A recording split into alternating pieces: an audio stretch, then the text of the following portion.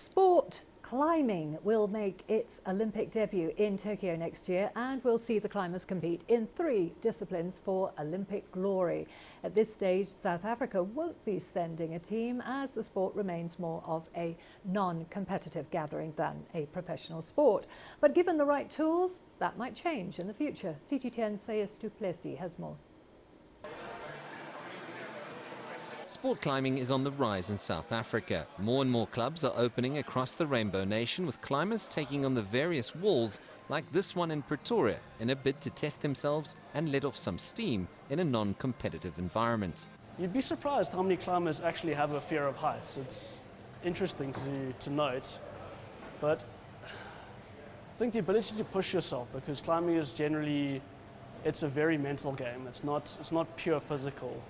It requires a lot of inner strength to hold it together when you're climbing. The event will consist of 3 disciplines, with the best male and female climber determined at the conclusion of all 3. And as Rudd explains, the disciplines are very different and demand the utmost mental and physical strength. Bouldering, which is low level, intended to be climbed on actual rock boulders. The representation is normally quite difficult, but short routes, tending to be up to about 9 meters.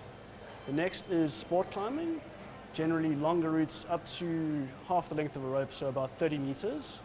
Then the last type of climbing is speed climbing, in which you climb a predetermined route as fast as you can.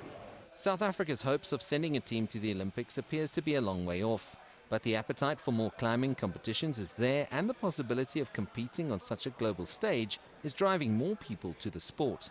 I think with climbing now being in the Olympics, it's given us a goal almost to strive towards, which will hopefully increase the competitive scene within South Africa, and hopefully, send us on to great heights in the future. This wall is just the beginning for the aspiring sport climbers, who on a daily basis make scaling these daunting heights appear like child's play. But for those intrepid athletes who dream of competing at the Olympics and ascending to new heights, the sport needs a buy-in from the South African Olympic Committee and the financial backing of a corporate sponsor to turn that dream into a reality. Sais Plessis, CGTN, Pretoria.